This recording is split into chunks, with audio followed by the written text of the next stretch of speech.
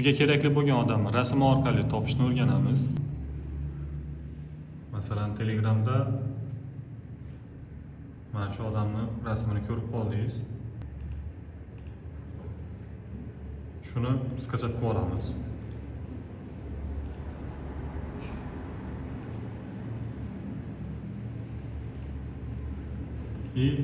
Bundan chiqib brauzerga kirib mana shu saytni yozamiz.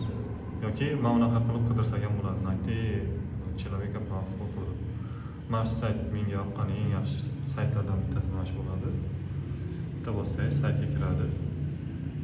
Sal pastroqqa tushib, iskatni bitta bosamiz, reklamasi chiqadi.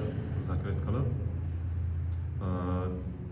VKontaktdan qidirasanmi, Odnoklassnikdanmi yoki TikTokdanmi, har xil variantlarni beradi, sotsетlarni.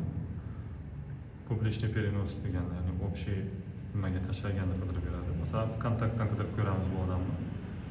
Peretiga bosamiz.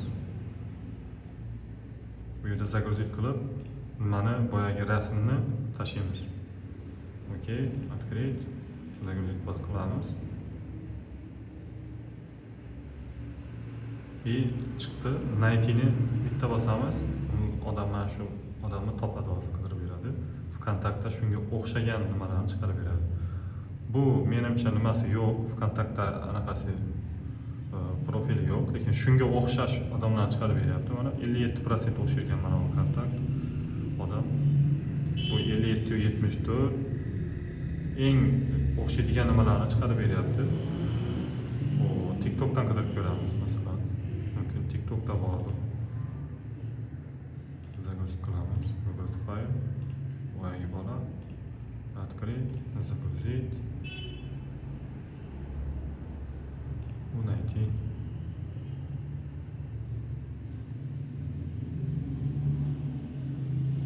TikTok'ga ham yo'q ekan.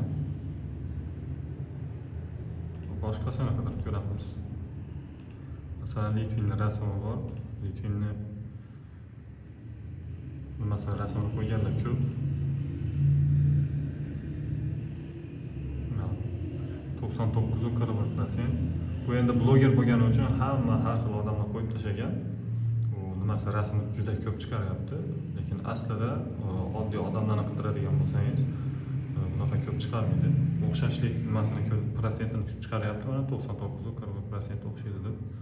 Mana shu nima Litvin Rus official bir bola deb yozib tashlagan. Lekin bu o'zi emas, chunki bu bloger. Oddiy odamniki bo'lsa nimaroq chiqadi. Aniqroq chiqadi.